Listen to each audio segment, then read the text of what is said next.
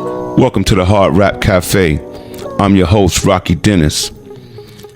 This week's episode, we'll be interviewing SMOKGOD, aka the West Wind, and follow up on the Virgin Records meeting and the aftermath, which ultimately would lead to the downfall of Crip Thick.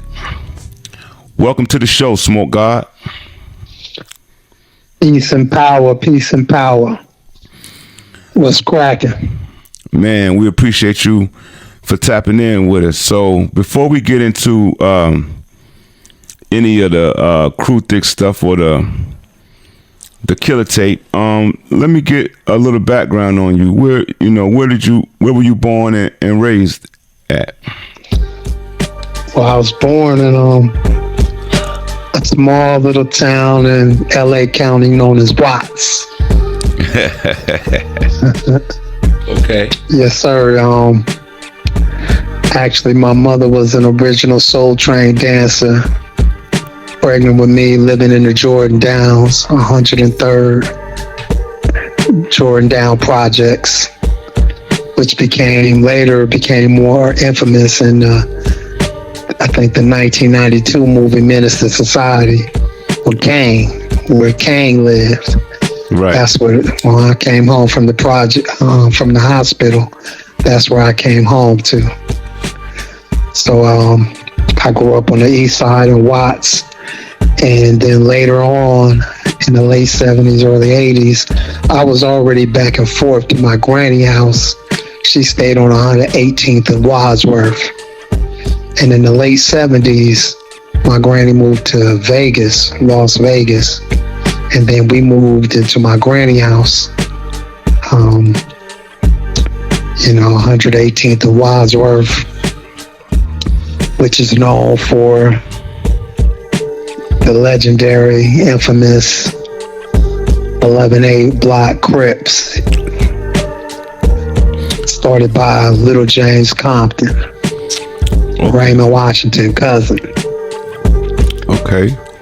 Now, so these is like my G homies, Little James, G-Man, Kiko. These is the cast that I looked up to. And then later on in the late 70s, after Raymond came home from Tracy prison in California, he wanted to unite the whole East Side and bring East Side Crips back together, and came up with the East Coast Crips, which my set became a part of, which is, in my generation coming up, was the largest Crip hood in all of LA County. Now, what is your introduction to hip hop? My introduction to hip hop it's interesting because just like everybody else, 79-year Rapper's Delight. Now, I was kind of,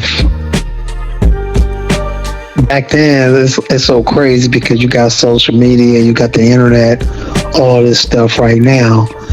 Back in the early 80s, I had two cousins from the East Coast, and not East Coast Crips, as far as East Coast meaning across the country, which my cousin Rick, shout out to my cousin Rick, he was from Baltimore. He was my first rap partner. Okay. And then I had my cousin Kelsey from Brooklyn. They both used to live in California in the early 80s. So, and they were two pretty niggas, They had all that East Coast fashion. My cousin Rick used to live in Brooklyn too at some point as well. But they used to come with that New York hip hop and New York fashion, as well as that East Coast mentality. You know what I'm saying? Like they was the shit. They was bringing hip hop. They was bringing mixtapes. They was bringing the style. They was bringing the clothing. And I was kind of like jealous, because Back then, it wasn't cool to be from LA. It wasn't cool to be from Watts.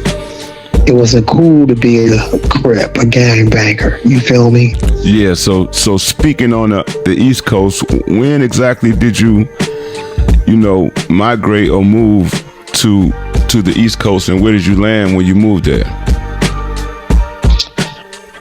Well, first we kind of went on a tour.